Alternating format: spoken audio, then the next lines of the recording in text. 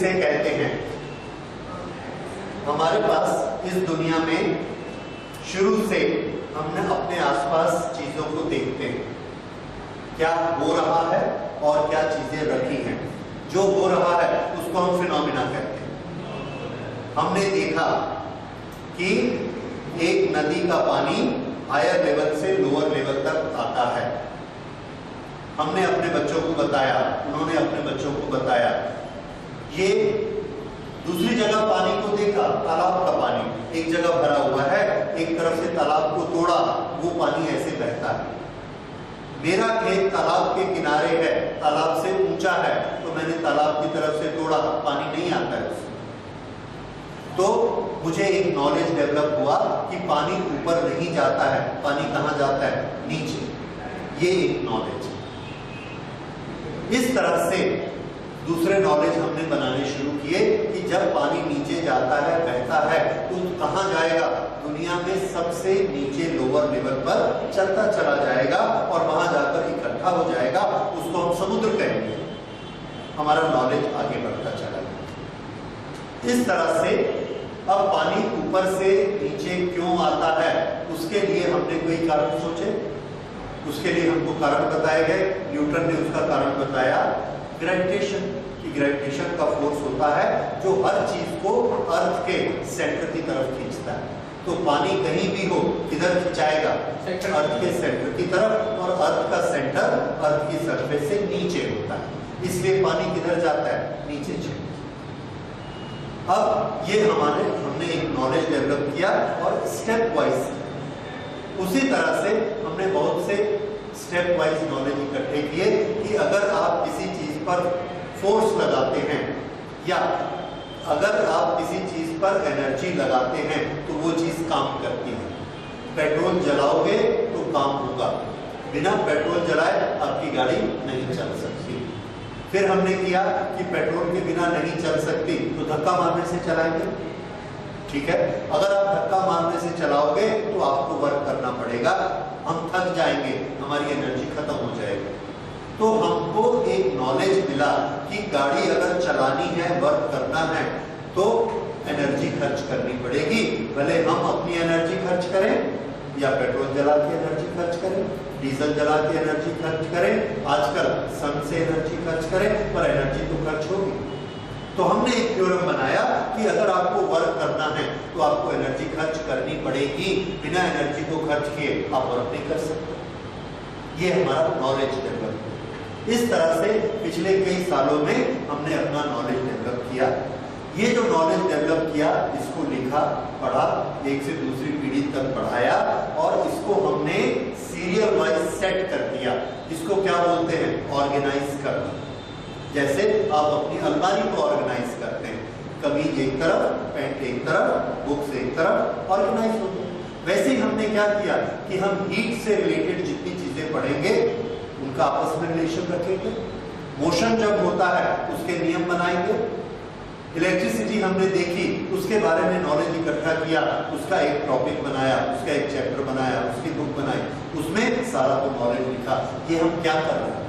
अपने नॉलेज को ऑर्गेनाइज कर रहे हैं। तो जब हम अपने नॉलेज को ऑर्गेनाइज करते हैं तो ये जो ऑर्गेनाइज नॉलेज है इसको हम नाम देते हैं साइंस। कभी सामने कोई प्रॉब्लम आया, हमारे मन में जो उठा हमने कर दिया, that is not organise and that is not science. Science क्या होता है? ऑर्गेनाइज होना चाहिए, नॉलेज होना चाहिए। तो सिंपली दो शब्द याद रखिए। क्वेश्चन है व्हाट इज साइंस, आंसर क्या होगा? Science is organised knowledge. एक तो उसमें नॉलेज होना चाहिए और उस नॉलेज को ऑर्गेनाइज होना चाहिए। ऑर्गेनाइज मतलब क्या होता है, क्यों होता है, कैसे होता है, कितना होता है, ये सारे आंसर अगर हमको आते हैं तो वो नॉलेज कैसा है? ऑर्गेनाइज नॉलेज है। और इस ऑर्गेनाइज नॉलेज को हम क्या कहेंगे? साइंस।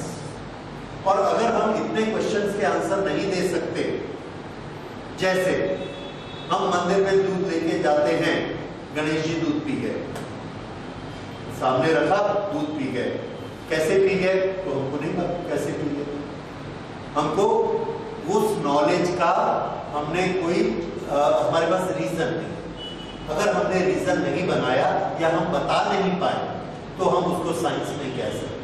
पर अगर मैं आपको बता दूं कि गणेश जी की मूर्ति मार्बल से बनी होती है और मार्बल के अंदर छोटे छोटे रेशे होते हैं, कैपिलरीज, और कैपिलरिटी हमारा फिजिक्स में एक टॉपिक है, आप लोग उस टॉपिक को पढ़ेंगे।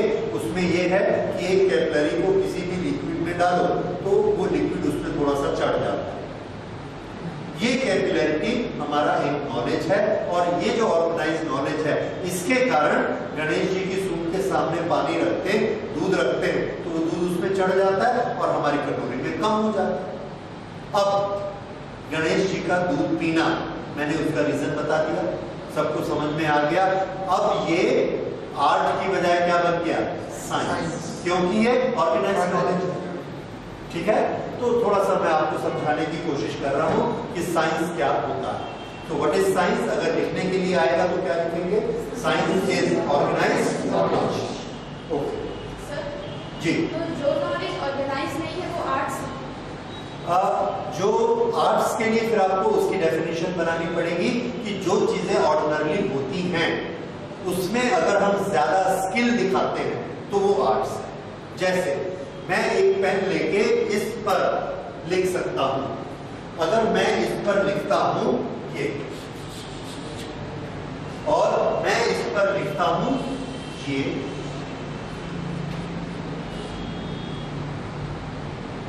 इन दोनों के लिखने में अंतर है, इसमें थोड़ी सी स्किल है, तो ये आर्ट है, ये आर्ट्स नहीं। तो जब हम स्किल को डेवलप करते हैं तो क्या चीज बनती है? आर्ट।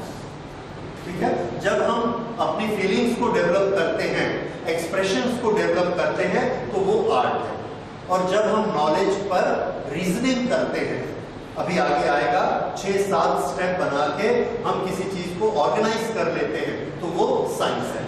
इसके लिए मुझे ऑर्गेनाइज नहीं करना, ये मेरा आर्ट है। पिकासो अपने तरीके से बनाता है, हम अपने तरीके से बनाते हैं, अलग अलग आर्टिस्ट अपने तरीके से बनाते हैं। ओके, अब किसी ने हारमोनियम बजाना सीखा है, लेकिन मुझे भी आता है, लेकिन मैं किसी गाने की धुन नहीं बना पाता, मैं संगीतकार नहीं हूं, मैं नई ट्यून नहीं बनाता हूं।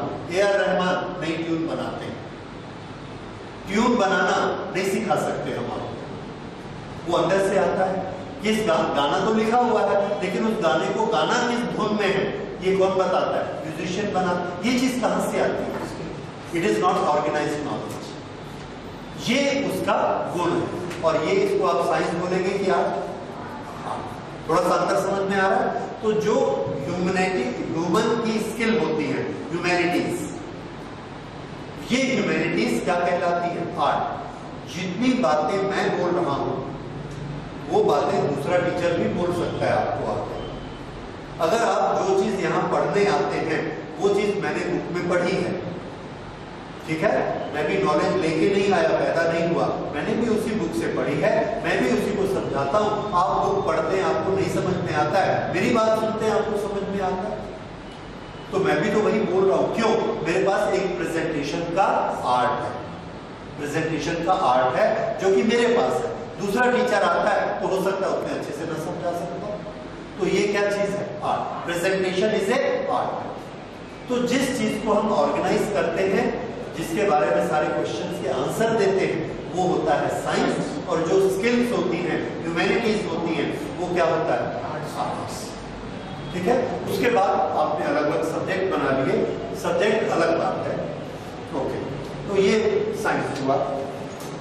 अब आगे सुनिए, साइंटिफिक मेथड।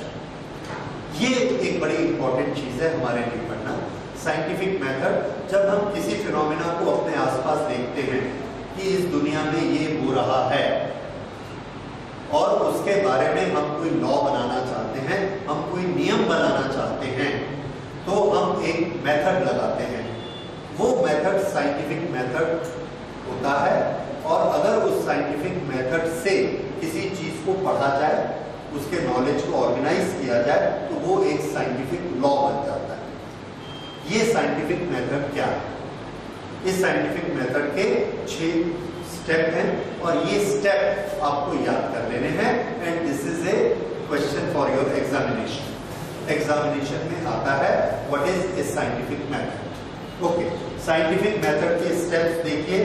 पहला स्टेप है ऑब्जर्वेशन। कोई भी फिनोमिना के लिए हम शुरू क्या करते हैं, हम देख के करते हैं।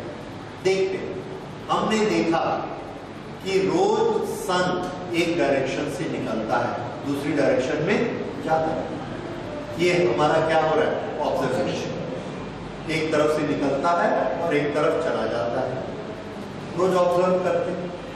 पानी के लिए हम क्या देखते हैं कि पानी ऊपर से हमेशा नीचे जाता है, नीचे से ऊपर एक भी दिन नहीं गया कि भाई 10 दिन ऊपर से नीचे आया, कम से कम एक दिन नीचे से ऊपर चला जाता नहीं हुआ। ये हमारा ऑब्जर्वेशन। तो ये हमारी सबसे बड़ी ताकत होती है, देखने की ताकत, कि हम अपने चारों तरफ नेचर को देखते हैं। ओके, दूसरी चीज, जो चीज हम देखते हैं उसको हम एक्सपेरिमेंट करना चाहते हैं, उसको हम दोहराना चाहते हैं अपनी लैब में। अपनी लैब में हम दोहराना चाहते हैं। हमने अपनी लैब में एक गोला लिया कि ये अर्थ है और ये सन है। अब इस सन का रोज यहाँ पर मैं खड़ा हूं अर्थ में और यहाँ से मुझे धूप आती है। अब मुझे लगता है कि रोज सुबह सन निकलता है, कैसे निकलता होगा? तो मैं सोचता हूँ ऐसे सन आया, मुझे दिखा, अब दोपहर हो गई, अब शाम हो गई और सन पीछे चला गया, अब रात हो गई। फिर इधर आएगा तो सुबह होगी, फिर ये होगा, फिर ऐसे चलेगा। ठीक है। दूसरा, एक दूसरा आदमी आया, उसने क्या बोला, नहीं नहीं ऐसा करते हैं कि इसको खड़ा रखो, इसको घुमाओ, जब आप इसके सामने हो तो धूप आएगी और ऐसा जाओगे तो रात आएगी। तो हमने लैब में एक गोला बनाया, इधर से एक लाइट बनाई सन की और इसको ऐसा घुमाया। तो क्या देखा, सुबह हो रही है, दोपहर हो रही है, शाम हो रही है, ऐसा करके देखा। फिर हमने ये सोचा कि सर्दी गर्मी कैसे होती है। उसको सोचने के लिए हमने क्या किया, अपने एक्सपेरिमेंट में ये जो अर्थ ऐसे रखी थी, अर्थ को ऐसा कर दिया, ऐसा कर दिया और हमने सोचा कि अर्थ इस सन के चारों तरफ ऐसे घूमती है। जब इधर है तो ये वाला हिस्सा गर्म होगा और जब ये इधर चली जाएगी तो ये वाला हिस्सा गर्म होगा। इधर गर्मियां हैं और 6 महीने बाद इधर गर्मियां। ये सब हमने कैसे किया, एक्सपेरिमेंट करके। इसी तरह से हमने पानी के एक्सपेरिमेंट किए, रख के देखा कि जिसको हम ऊपर उठाते हैं उधर का पानी नीचे वाले में आता है, तो हमने रूल बना दिया कि पानी नीचे जाता है। इसी तरह से जो चीज हम नेचर में देखते हैं उसको अपनी लैब में एक्सपेरिमेंट करके देखते हैं। ये जरूरी है साइंटिफिक मेथड का सेकंड स्टेप। तो फर्स्ट स्टेप क्या हुआ, ऑब्जर्वेशन देखना। दूसरा, उसको कॉपी करके उसको एक्सपेरिमेंट। इसमें एक शब्द आया कंट्रोल्ड एक्सपेरिमेंट। कंट्रोल्ड एक्सपेरिमेंट मतलब कि उस एक्सपेरिमेंट में हम अलग अलग ट्रायल करेंगे और जो जो हमारे रिजल्ट आएंगे उसको हम लिखते जाएंगे। कभी हम पानी का लेवल बढ़ा देते हैं, पानी का लेवल कम कर देते हैं, अर्थ को ऐसा घुमाते हैं, स्लो घुमाते हैं, फास्ट घुमाते हैं। तो हमको क्या पता लगता है कि दिन का टाइम कितनी देर में एक दिन रात होता है, किस पे डिपेंड करता है, स्पीड पे। कम स्पीड होगी तो दिन रात का टाइम बढ़ जाएगा, फास्ट होगी तो कम हो जाएगा, बड़ी जल्दी दिन रात हो जाएगा। ये हमने इसकी स्पीड को कंट्रोल कर दिया। इसी तरह से अगर हम पानी को गर्म करते हैं तो वो स्टीम बन जाता है।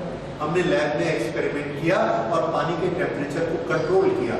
जब हम कम करते हैं तो वो सॉलिड बन जाता है, जब हम ज्यादा हीट करते हैं तो वो स्टीम बन जाता है, भाप बन जाता है। और यही चीज हम नेचर में देखते हैं। नेचर में कहीं पानी हमको क्या दिखता है, आइस के फॉर्म में, स्नो, और कहीं हमको बादल दिखते हैं उसके। वही चीज हमने लैब में करके देखी, लेकिन हमने किसको कंट्रोल किया, टेम्परेचर। तो हमारे एक्सपेरिमेंट में क्या शब्द जुड़ गया, कंट्रोल्ड एक्सपेरिमेंट। तो इस तरह से हमको एक्सपेरिमेंट करना है। ये दूसरा स्टेप है। तो हमने चीजों को देखा, उन्हीं चीजों को दोहराने के लिए हमने एक्सपेरिमेंट किए और उसमें अपने कंट्रोल्स लगाए। तो ये कंट्रोल्ड एक्सपेरिमेंट होगा। इसके बाद हमने किया, सोचा। अब हमारी अगली चीज आती है रीजनिंग, कि हमने जो नेचर में देखा कि हर दिन के बाद रात होती है, तो फिर रात के बाद फिर दिन क्यों हो जाता है? तो हम अपनी बुद्धि लगाते हैं कि जरूर अर्थ ऐसे घूमती होगी, और हमने देखा कि अगर ये इसके सामने आया, लाइट हुई और अब रात हो गई, अगर ये लगातार घूमती जाए तो फिर क्या होने वाला है? दिन। तो ये हमने क्या की? रीजनिंग, यानी हम अपनी तरफ से कारण बनाते हैं, और यही हमारी साइंटिफिक मेथड की आत्मा है कि आप रीजनिंग कर सकते हैं कि नहीं कर सकते। ठीक है, कोई भी आदमी साइंस में उतना सक्सेसफुल होता है जितनी अच्छी वो रीजनिंग कर लेता है, और फिजिक्स में इसी को कंसेप्ट कहते हैं कि आप रीजनिंग अच्छे से कर सकते हैं कि नहीं, और सभी साइंटिस्ट ने यही किया। जब वो कर लेते हैं और हमें बताते हैं तो हम बोलते हैं यार इतनी आसान चीज है, हमको पहले मालूम नहीं था, ये तो हम भी समझ रहे हैं कि दिन रात कैसे होता है, कि अर्थ ऐसा घूमती होगी, जब सन के सामने आई तो दिन और पीछे चली गई तो रात। लेकिन जिस आदमी ने ये बताया, उसने जब अर्थ ऐसे घूम रही थी 1 लाख साल तक अर्थ घूमी, तब उसने बताया, किसी को समझ में नहीं आया दिन रात कैसे। तो इस तरह से रीजनिंग करनी पड़ती है, and that is a method of, that is a part of scientific method. इस तरह से रीजनिंग करके हम फिनोमिना को एक्सप्लेन करते हैं कि किसी भी वाटर से आइस क्यों बन जाती है और आइस सॉलिड क्यों होती है।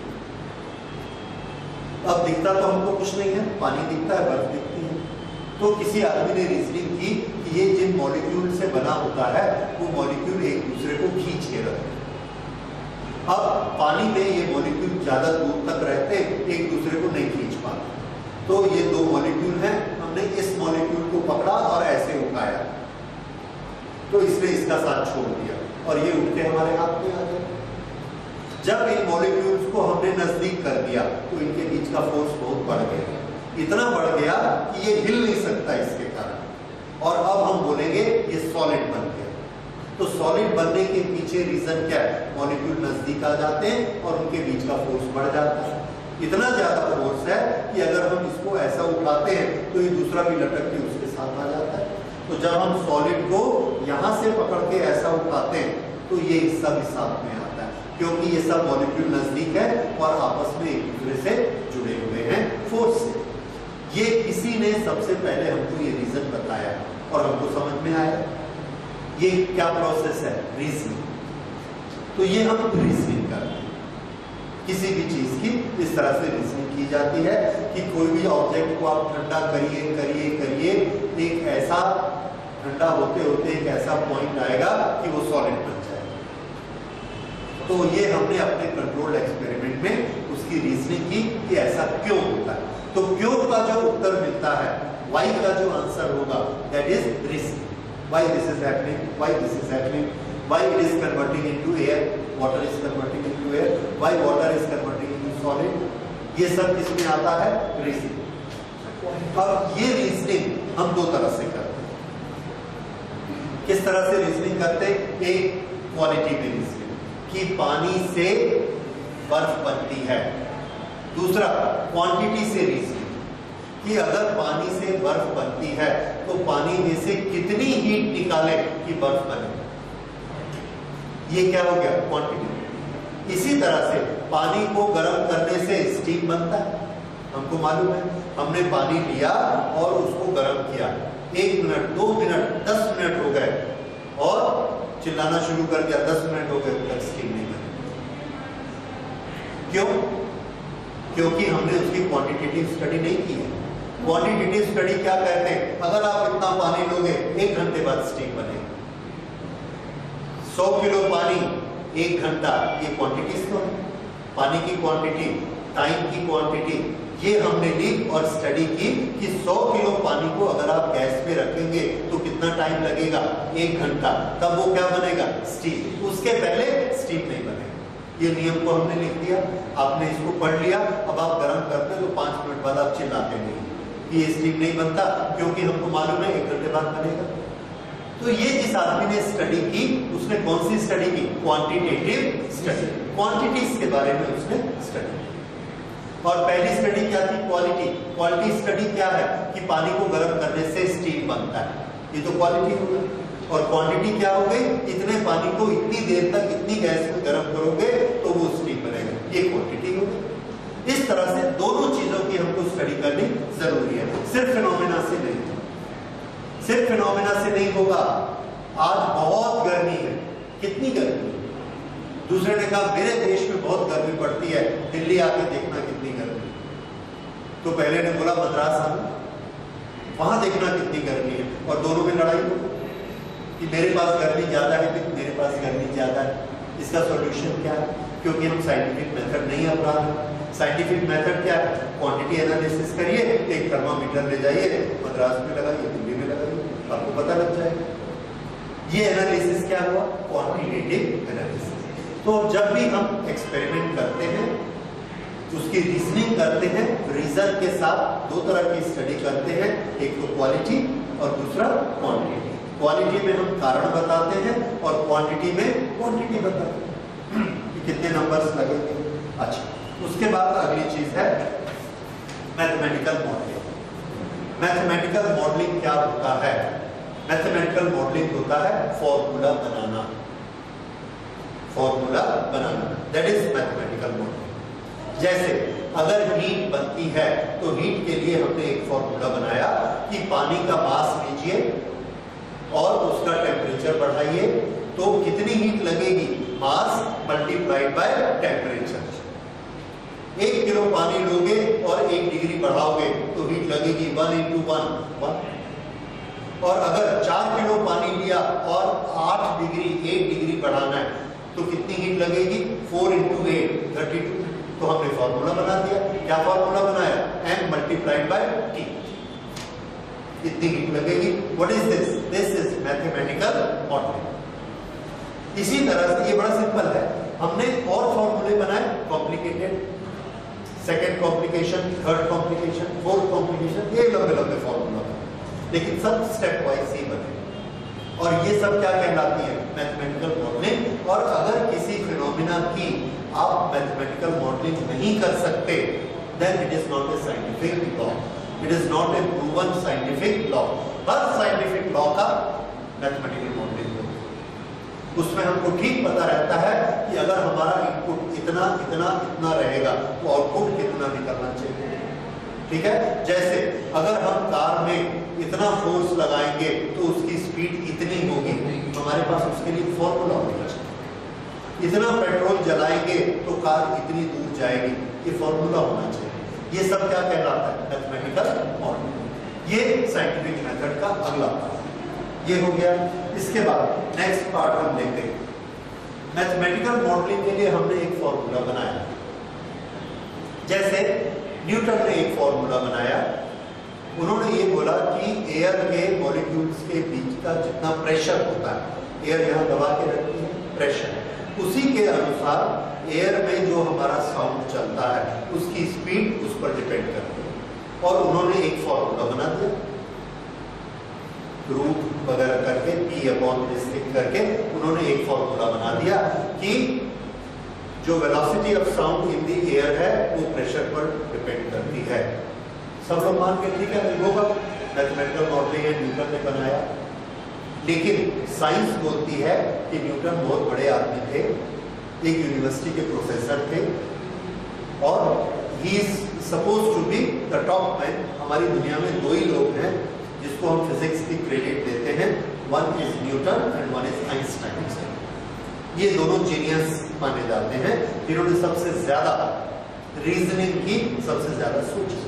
ओके, लेकिन अगर न्यूटन भी हमसे ये कहते हैं कि मैंने एक फॉर्मूला बनाया that velocity of the sound in the air is equal to root P/ρ, जिसमें P pressure of the air है और ρ उसकी डेंसिटी है, दोनों की वैल्यू यहाँ पे रखिए, हमको वेलोसिटी मिल जाएगी। और उन्होंने ये बताया तो लोगों ने बोला कि ऐसे नहीं, आप मुझे ये बताइए कि हम पहाड़ पर चलते हैं, वहां प्रेशर इतना है, डेंसिटी इतनी है, कितनी वेलोसिटी होनी चाहिए? 100 मीटर दूर जाने के लिए साउंड को कितना टाइम लगना चाहिए, तो उन्होंने कैलकुलेशन की। वहां पर प्रेशर इतना है, डेंसिटी इतनी है, दोनों को लगाया, ये किया वो किया, और उन्होंने बताया कि भैया वहां जाओगे तो आपको वेलोसिटी मिलेगी 320 मीटर पर सेकेंड। वहां जाओगे तो इतनी वेलोसिटी मिलेगी। ये उन्होंने क्या किया, ये उन्होंने प्रेडिक्शन, ज्योतिष लोग प्रेडिक्शन करते हैं, ठीक है, उन्होंने प्रेडिक्शन किया किसके बेसिस पे, फॉर्मूला के बेसिस पे, जो उन्होंने मैथमेटिकल मॉडलिंग की। तो जब हम मैथमेटिकल मॉडलिंग कर लेते हैं तो हम प्रेडिक्शन करना शुरू करते हैं। जैसे हमने एक फॉर्मूला बनाया टाइम का, time t is equal to v minus u upon a, s के साथ रिलेशन किया, s is equal to u t plus half a t square. हमने कहा यहां से चंद्रमा पर जाना है और हमारी वेलोसिटी, हमारा जो एरोप्लेन जा रहा है उसकी वेलोसिटी इतनी है, यहाँ से चंद्रमा का डिस्टेंस इतना है, तो टाइम कितना लगेगा, तो हमने सिंपली बोला time is equal to distance upon velocity, distance upon speed. ये एक फॉर्मूला हमने बनाया हुआ, ये फॉर्मूला पे वैल्यू रख दो, आंसर आ जाएगा। तो हमने इस पे रखा और ये टाइम का आंसर आ गया 24 आवर्स। तो हमने प्रेडिक्शन कर दिया, यहां से चंद्रमा पे जाइए 24 आवर्स लगेंगे। हम गए क्या, हम नहीं गए, हमने सिर्फ क्या किया, प्रेडिक्शन। फिर हमने ये कहा कि हमको ये स्टार दिख रहा है चंद्रमा, और हम यहां पर खड़े हैं, ये सन है, सन की लाइट चंद्रमा पर जाती है और चंद्रमा चमकता है। जब हमारी अर्थ बीच में आती है तो वो लाइट नहीं जा पाती है, वहां अंधेरा दिखता है और उसको हम चंद्र ग्रहण कहते हैं। तो आज चंद्र ग्रहण हुआ। अब हमने अपना फॉर्मूला घुमाया, अर्थ घूम रही है, इस स्पीड से घूम रही है, इतने दिन तक घूमेगी, फिर से चंद्रमा और सन के बीच में आएगी, और वो आज से 163 दिन बाद होगा। ये हमने क्या किया, प्रेडिक्शन, ज्योतिष लोग करते हैं। और ये प्रेडिक्शन करके उसने बोला आज से 163 डेज के बाद फिर से ये बीच में आएगी, फिर से चंद्र ग्रहण होगा, ठीक है। ये प्रेडिक्शन हो गया, हम रुके 163 दिन तक। फिर हमने देखा कि चंद्र ग्रहण दिखा, दिख भी सकता है, नहीं भी दिख सकता। अब दो चीजें, अगर दिखा तो उसका फॉर्मूला सही कंफर्म हो गया, और अगर नहीं दिखा तो उसका फॉर्मूला गलत। न्यूटन ने बोला कि हम वहां पर जाएंगे तो हमको साउंड की वेलोसिटी कितनी मिलेगी, 320 मीटर पर सेकेंड, मेरा फॉर्मूला ये कहता है। हम वहां पर गए और वेलोसिटी को नापा। जब हमने जाकर वहां वेलोसिटी को नापा तो हमको वेलोसिटी मिली 280। तो न्यूटन का फॉर्मूला सही कि गलत, गलत। तो जब हम कोई फॉर्मूला बनाते हैं तो बनाते ही वो सही नहीं हो जाता, हमको क्या करना पड़ता है, प्रेडिक्शन। प्रेडिक्शन के बाद उसके दो, उसकी किस्मत हो सकती है, उसके भाग्य में दो चीजें हो सकती हैं, या तो वो फॉर्मूला वेरीफाई हो जाएगा या फॉल्सिफाई हो जाएगा। तो फॉर्मूला के प्रेडिक्शन के बाद अगला स्टेप क्या हुआ, वेरिफिकेशन और फॉल्सिफिकेशन। उसके बाद तो वेरीफाई अगर हो गया, जैसे चंद्र ग्रहण, सूर्य ग्रहण, अब तो कई सालों पहले हम बता देते और बिल्कुल एग्जैक्ट बता देते। इसका मतलब उसके जो फॉर्मूले हैं सबका क्या हो चुका है, वेरिफिकेशन, वो वेरीफाइड है। ये वाला वेरीफाइड नहीं हुआ, और न्यूटन इसको कुछ कर भी नहीं पाया, ये गलत था, ऐसे ही रहा। तो न्यूटन की एज खत्म हो गई, टाइम खत्म हो गया। बाद में उनके एक स्टूडेंट थे लाप्लास,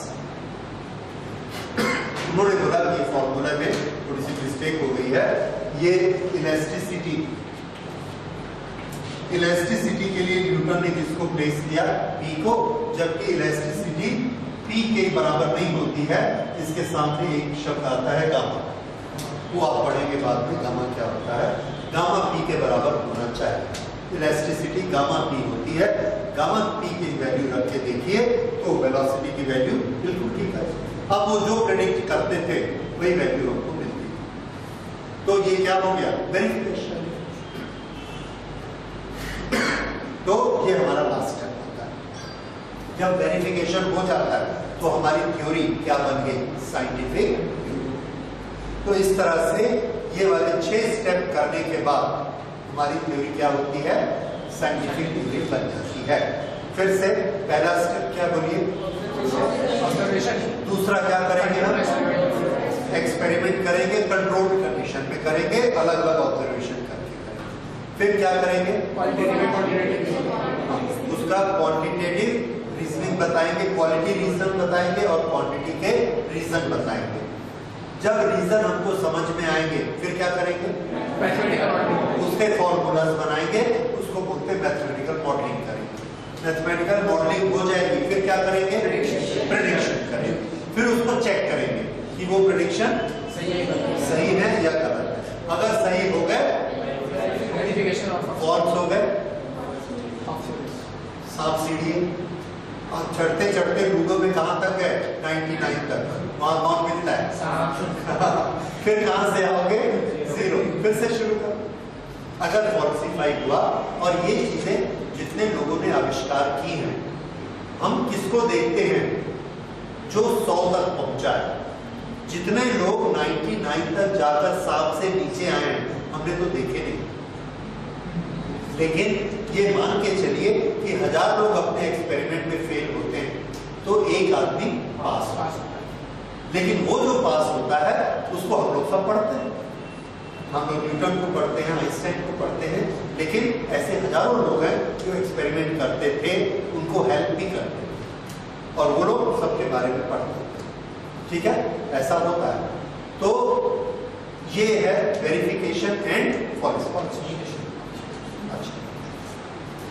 ये हमारी साइंटिफिक प्रोसेस है। तो ये आपका एक क्वेश्चन, अभी तक जो क्वेश्चन तैयार हुए, तो what is science and what is scientific process, ये दोनों के आंसर आप लिख लेंगे। अब हम तीसरी एक छोटी सी चीज समझ लेते हैं और वो बहुत इंपॉर्टेंट है। There is no final theory in science and no unquestionable authority. Newton बहुत बड़े आदमी थे, लेकिन अब हमारी साइंस ये कहती है कि जो वो बोल दे वो ब्रह्म वाक्य है। ऐसा नहीं होता। साइंस में कभी भी ऐसा नहीं होता कि जो आदमी बोल दे वो फाइनल। ये नहीं है। शुरू में 1000 साल तक लोग बोलते थे कि अर्थ के चारों तरफ सूर्य घूमता है, पृथ्वी हमारी माँ है, ये बहुत बड़ी ताकत है, सूर्य को भी इसकी परिक्रमा करनी पड़ती है। ठीक है, तो सब लोग पृथ्वी की पूजा करते थे और सूर्य को उसका भक्त मानते थे, धर्म की बात थी, और कोई पृथ्वी की इंसल्ट नहीं कर सकता। एक आदमी ने क्या बोल दिया, सोक्रेटिस ने, कि सन स्टेशनरी है और अर्थ इसके चारों तरफ घूमती है। क्यों? क्योंकि दूसरे प्लेनेट भी घूमते हैं। खाली 2 प्लेनेट की बात होती तो हम कह सकते दोनों ऐसा घूम रहे हैं, पर सन के चारों तरफ तो 9 प्लेनेट घूम रहे हैं और बीच में सन है। तो उसने क्या दिया कि सन इज स्टेशनरी, अर्थ इसके चारों तरफ घूमती है। उसको मार दिया गया, जहर पीना पड़ा। क्यों? क्योंकि उस समय जो लोग वो बात बोलते थे वो अनक्वेश्चनेबल अथॉरिटी थे, उनको कोई क्वेश्चन नहीं कर सकता। अगर उसने, राजा ने बोल दिया कि सन अर्थ के चारों तरफ घूमता है तो घूमता है। अगर राजा ने बोल दिया कि पृथ्वी फ्लैट है, राउंड नहीं है, तो फ्लैट, वो अनक्वेश्चनेबल अथॉरिटी होती थी। That was old time. Science के साथ क्या डेवलप हुआ? कोई भी अनक्वेश्चनेबल अथॉरिटी नहीं होती है, क्योंकि हम देखते हैं हर कुछ सालों में हम नई चीज डेवलप कर रहे हैं जो कि पुराने प्रिंसिपल से उल्टी होती है। ऐसा हो सकता है, ऐसा बड़ी बातों में भी होता है और ऐसा छोटी बातों में भी होता है। आप बताइए, अगर आपको बुखार होता है तो माँ क्या कहती है, नहाना चाहिए कि नहीं नहाना चाहिए? कुछ नहीं कहते क्या? अब इसे कंफ्यूजन हो रहा है ना। पुरानी थ्योरी ये कहती है कि बुखार होता था तो नहीं नहलाते, जब बुखार उतर जाएगा तब नहलाएंगे, और नहाने से बुखार और बढ़ जाता है, ऐसा बोल के करते थे। That was science. डॉक्टर भी कहता था। अब थ्योरी क्या चलती है? बुखार हुआ है, उसको नहलाओ, पंखा चलाओ और बर्फ लगाओ, टेम्परेचर को बढ़ने मत दो। अब ये थ्योरी है। इसी तरह से पहले क्या थ्योरी थी कि अगर हमारी उंगली जल गई उसमें पानी मत पड़ने देना, अब गोला पड़ जाएगा तो पानी मत पड़ने देना। अब थ्योरी क्या है, अगर उंगली जलती है तो जहां पानी दिखता है पानी में डाल दो और पानी में ही रहने दो जब तक वो उसका टेम्परेचर कम नहीं होता है। अब गोला पड़ता है पड़ने दो, because that will give a safe film, वो एक सेफ्टी फिल्म बना देता है ताकि उसके अंदर फिर नई स्किन हमारी बनेगी, इसलिए फगोला बहुत जरूरी है। This is new theory. तो पहले जिसने थ्योरी बनाई थी उसने जानबूझ के गलत नहीं बनाई थी, उसने उसके पहले वाली थ्योरी को करेक्ट किया, इन्होंने इसको करेक्ट किया। इस तरह से कोई भी फाइनल थ्योरी नहीं होती है। और क्लास 12th में तो आप बहुत कंफ्यूज हो जाएंगे। शुरू में लोगों ने कहा लाइट कैसे चलती है और आप पढ़कर आए हैं 3 छेद एक लाइन में है तो लाइट जाती है, नहीं तो नहीं जाती। तो लाइट कैसे चलती है? Straight line. न्यूटन ने बोला लाइट स्ट्रेट लाइन में चलती, ये न्यूटन का प्रिंसिपल था। और न्यूटन के टाइम में ही एक और साइंटिस्ट थे, उनका नाम था हाइजन। हाइजन ने क्या बोला कि लाइट स्ट्रेट लाइन में नहीं चलती है, लाइट पानी जैसे भरती है। जैसे पानी में एक पत्थर डालो तो पानी की खलबली किधर जाती है, डिस्टरबेंस चारों तरफ फैलता है, उसको हम क्या कहते हैं? वेव्स। तो लाइट की भी ऐसी वेव्स निकलती हैं। आप बल्ब जलाइए, वेव्स ऐसे जाएंगे। अगर यहाँ पर हम पानी भरते हैं इधर से पाइप लगा के, ये दरवाजा खोल देते हैं, पानी ऐसा बह रहा है और इस दरवाजे को खोलेंगे तो उस कमरे में पानी जाएगा कि नहीं? जाएगा। उसके बाद हमने उधर का दरवाजा खोला तो उस कमरे में पानी जाएगा कि नहीं? तो पानी मुड़ता है कि नहीं मुड़ता है? मुड़ता है।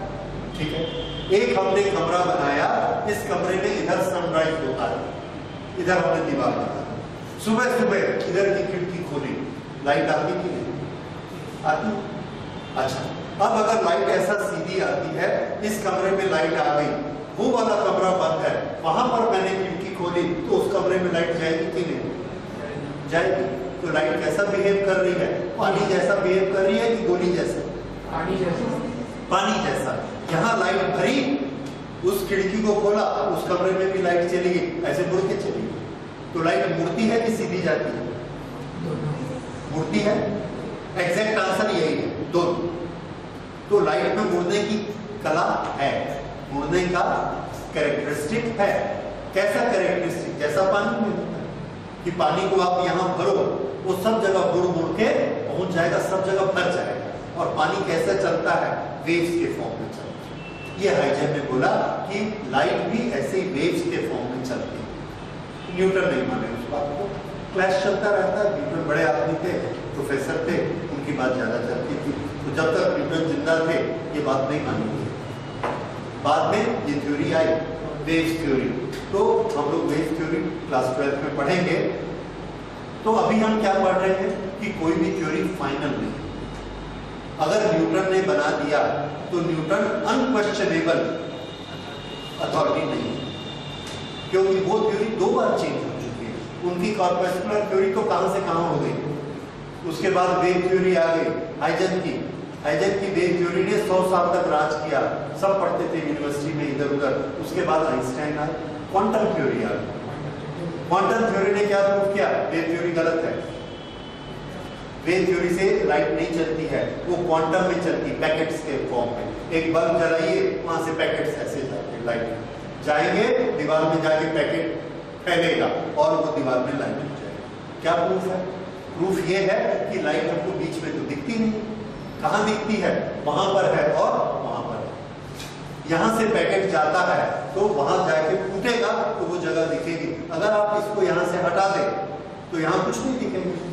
फिर कहाँ क्या जगह हमको दिखेगी? जहां वो पैकेट जाके फूटेगा अगली जगह।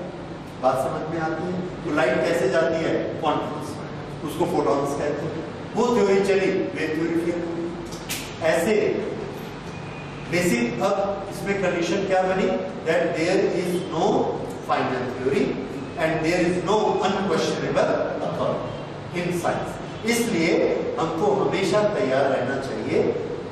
और यही मैं कोशिश हम ये करते हैं कि क्लास में कोई भी बच्चा कोई क्वेश्चन करता है तो वो क्वेश्चन कभी भी हंसने लायक नहीं होता।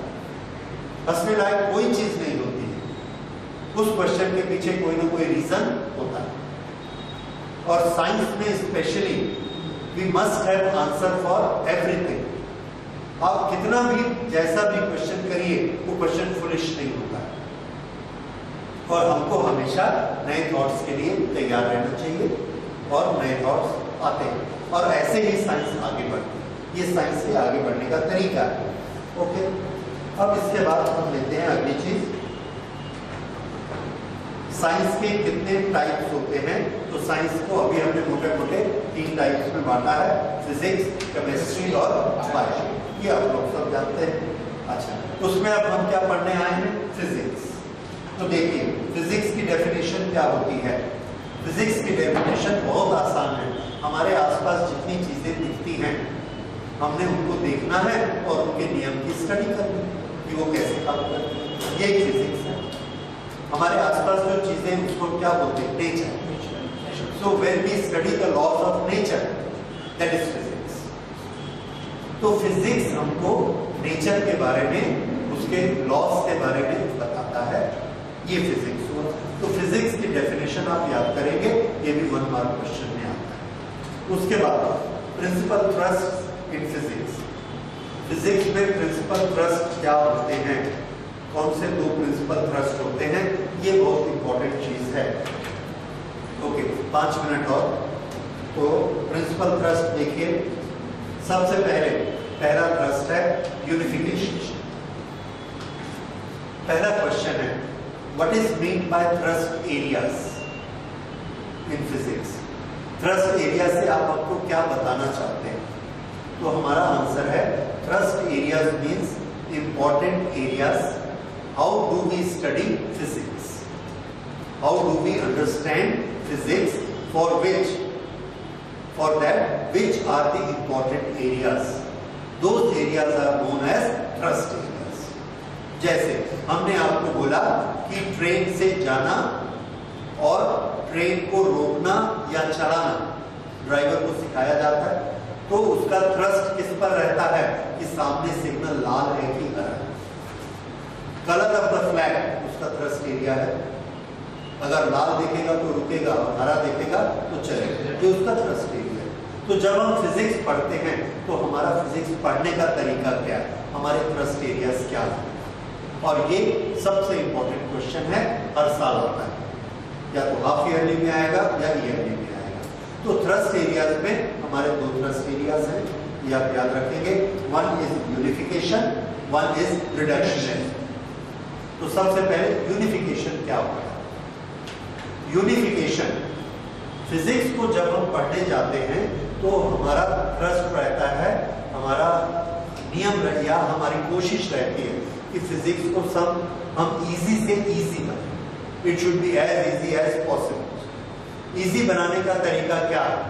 इजी बनाने का तरीका क्या है कि हम आपको बताएं कि फिजिक्स में लॉज होते हैं जिनके कारण हमारा नेचर कंट्रोल होता है, उसके कारण हमको अलग अलग चीजें नेचर में दिखती हैं। कितने लॉज होते हैं? हमने कहा 1000 याद करो, तो बड़ा मुश्किल है याद करना। अगर हमने कहा 100 तो आप कोशिश कर सकते हैं, इजी लगेगा। अगर हमने कहा 10 ही लॉ होते हैं, उस 10 लॉ से ये सारी चीजों को आप समझ सकते हैं, और अच्छी बात है। अगर आप बोलेंगे भैया 1 ही लॉ होता है, उसी लॉ से सब चलता है और उसी लॉ को लगाने के तरीके अलग अलग, तो बहुत ही अच्छी बात है और हम यही कोशिश करते हैं। हो गया सर? आप निकलेंगे, मैं आ रहा हूं 2 मिनट। ओके, तो एक लॉ से हम अलग अलग चीजों को एक्सप्लेन करते हैं। कैसे? एक लॉ बनाया ग्रेविटेशन, सिर्फ एक लॉ, क्या? जिन 2 चीजों में मास होगा वो एक दूसरे को खींचेगी। ये कौन सा लॉ हो गया? ग्रेविटेशन। इससे हमने क्या क्या समझाया? हम एक बगीचे में बैठे हैं, एप्पल नीचे गिरा, हमने समझा दिया, कौन सा लॉ लगाया? ग्रेविटेशन। और सन के चारों तरफ घूमती है, उसको छोड़ के ऐसे चली नहीं जाती। क्यों नहीं जाती? सन खींच के रखता है। किस फोर्स से? तो हमारा जो साल भर चलता है, सर्दी, गर्मी, बरसात, ये होता है और बार बार एक ही चीज रिपीट होती है, इसके पीछे कौन है? ग्रेविटेशन। एक ही लॉ, क्या दो मास एक दूसरे को अट्रैक्ट करते हैं।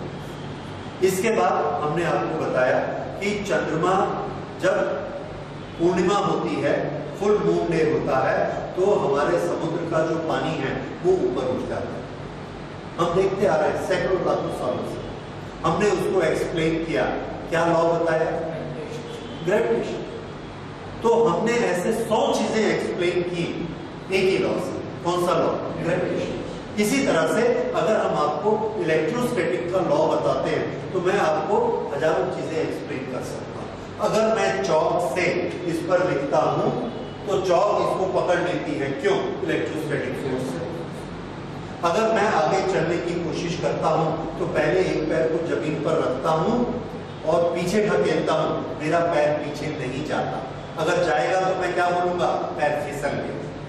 पैर पीछे नहीं जाता तब मैं दूसरा पैर आगे बढ़ाऊंगा। मैं चलता हूं तो ये जो फोर्स लगा, कौन सा फोर्स लगा? हमने कहा इलेक्ट्रोस्टैटिक। ये वाला फोर्स कौन सा है? इलेक्ट्रोस्टैटिक। इस तरह से इलेक्ट्रिकल फोर्स के हम आपको 50 एग्जांपल दे सकते हैं। इसको हमने ऐसे रगड़ा और एक पेपर को यहाँ रखा, ऐसा किया, इसने इसको उठा लिया। कौन सा फोर्स लगा? इलेक्ट्रोस्टैटिक। तो आपने बोला दो ही लॉ तो हमको पढ़ने पड़े, कौन कौन सा? ग्रेविटेशनल और इलेक्ट्रोस्टैटिक। और कितनी चीजें एक्सप्लेन हुई? 1000।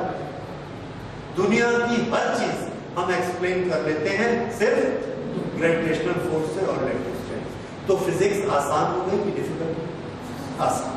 हमने क्या किया? 1000 फिनोमिना को रिड्यूस करके कितने लॉ से एक्सप्लेन कर दिया? 2 लॉ से। This is reductionism. हमने रिड्यूस किया 1000 चीजों को कितने में? 2। This is reduction. और अच्छा लगा कि नहीं? आसान किया। तो ये हमारा फिजिक्स का थ्रस्ट एरिया रहता है कि हम क्या करें? रिडक्शनिज्म करें। इसीलिए हम चाहते, तो आइंस्टाइन ने बहुत कोशिश की कि इस दुनिया में 2 फोर्स भी ना रहे। कितने फोर्स रहे? एक। ऐसा एक कौन सा फोर्स है जो इस दुनिया को चलाता है? ऐसी एक कौन सा फिनोमिना है? तो आइंस्टाइन ने बोला कि सिर्फ एक फिनोमिना है और वो फिनोमिना है वेलोसिटी। उस वेलोसिटी के कारण सब कुछ होता है।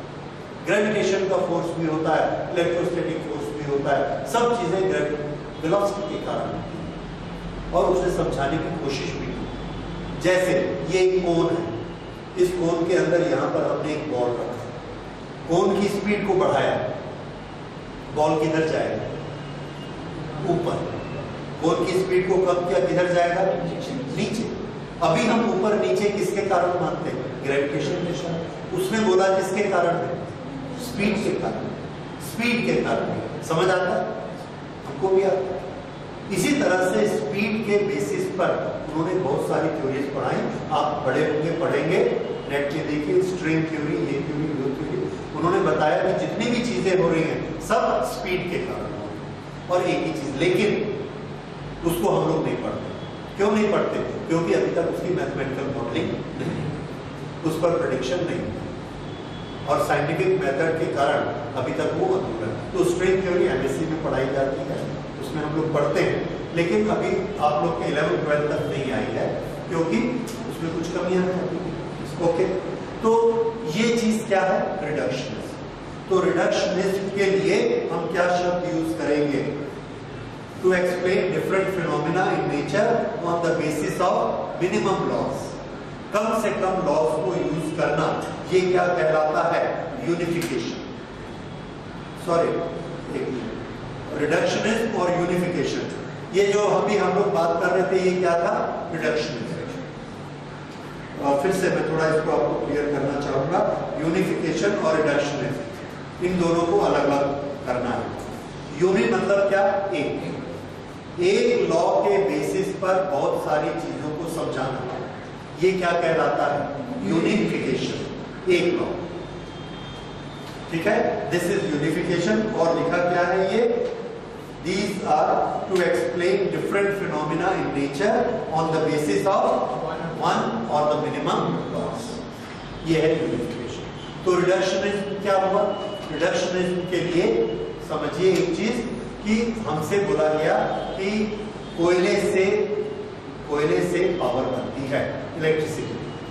कैसे बनती है? तो एक बहुत बड़ा प्लांट लगा है, उस प्लांट के 10 डिपार्टमेंट हैं। उस सब से पार होने के बाद 10 है कि 100 है, वो पार होने के बाद फिर जाके हमको इलेक्ट्रिसिटी मिलती है। अगर हम उसको समझना चाहते हैं तो हम क्या करते हैं, उस प्लांट के छोटे छोटे अलग अलग प्रिंसिपल वाले प्रोसेस को समझते हैं। कहीं प्रोसेस लगी है, हीट लगने से स्टीम बनती है। दूसरी जगह प्रोसेस लगती है कि जब स्टीम एक्सपैंड होती है या टरबाइन पर पड़ती है तो उसका एनर्जी ट्रांसफर होता है, टरबाइन चलती है। एनर्जी ट्रांसफर का प्रिंसिपल है, हम जानते हैं।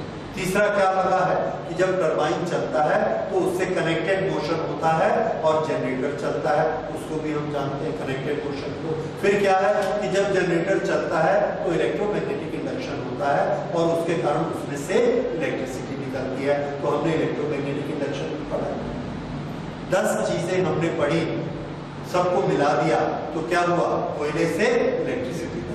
तो हमने किया क्या, एक इतनी लंबी प्रोसेस को छोटे छोटे टुकड़े में रिड्यूस कर लिया और उसको समझ लिया।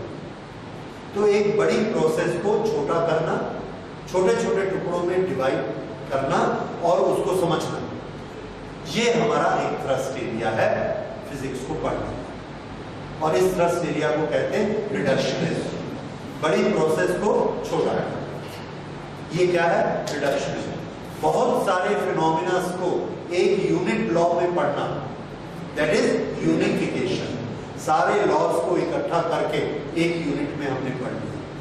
ग्रेविटेशन में इतनी सारी चीजें, ग्रेविटेशन से इतने सारे फिनोमिना, इलेक्ट्रोस्टैटिक से इतने सारे फिनोमिना, मैग्नेटिक लॉ से, ऐसा करके पढ़ लिया। तो हम कौन सी प्रोसेस कर रहे हैं, यूनिफिकेशन। क्या कर रहे हैं, यूनिफिकेशन, ये याद रखिए। तो जब हम बहुत सारे फिनोमिना एक लॉ से पढ़ते हैं तो उसको क्या बोलेंगे, यूनिफिकेशन।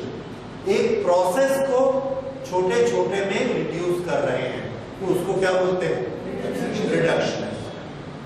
ये होता है रिडक्शन। तो थोड़ी सी बात समझ में आती है, ओके। तो इसमें कंफ्यूज नहीं होना है। बहुत सारे फिनोमिना के लिए कम से कम लॉस, ये क्या है, यूनिफिकेशन।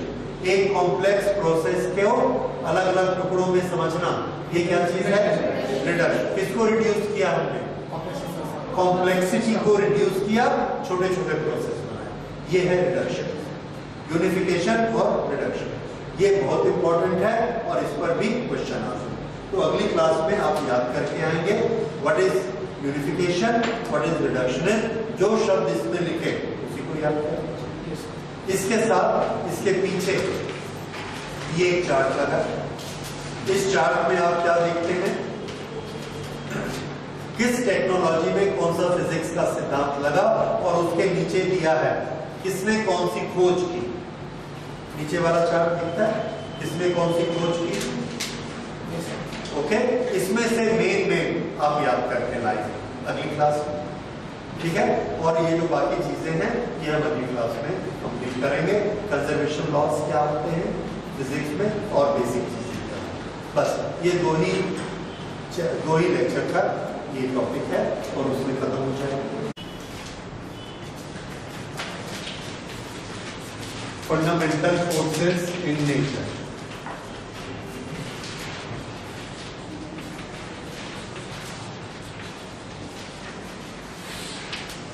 फंडामेंटल फोर्सेस का क्या मतलब है, हमने बहुत सारे फोर्स देखे हैं।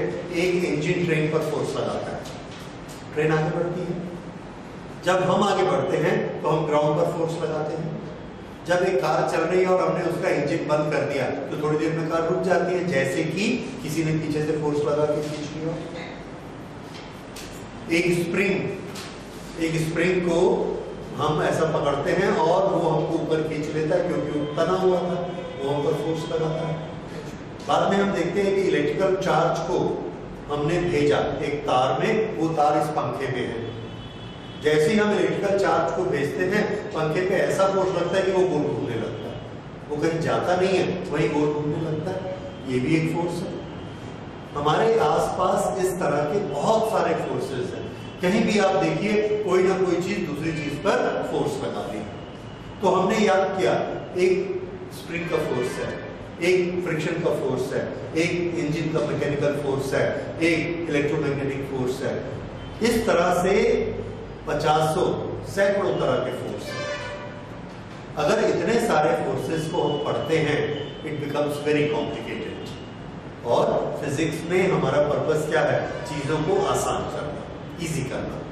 तो हमने यूनिफिकेशन का प्रिंसिपल लगाया और ढूंढते चले गए कि कहीं ऐसा तो नहीं है कि दो तरह के फोर्स को हम लोग जो अलग अलग स्टडी कर रहे हैं वो बेसिकली एक ही तरह का फोर्स हो। अगर ऐसा है तो उस फोर्स के नियम पढ़ लेते हैं, दोनों के नियम पढ़ेंगे। तो ऐसा करके हम क्या किए? फोर्सेस को कम करते चले गए। जैसे हमने एक फोर्स पढ़ा, इलेक्ट्रोस्टैटिक फोर्स।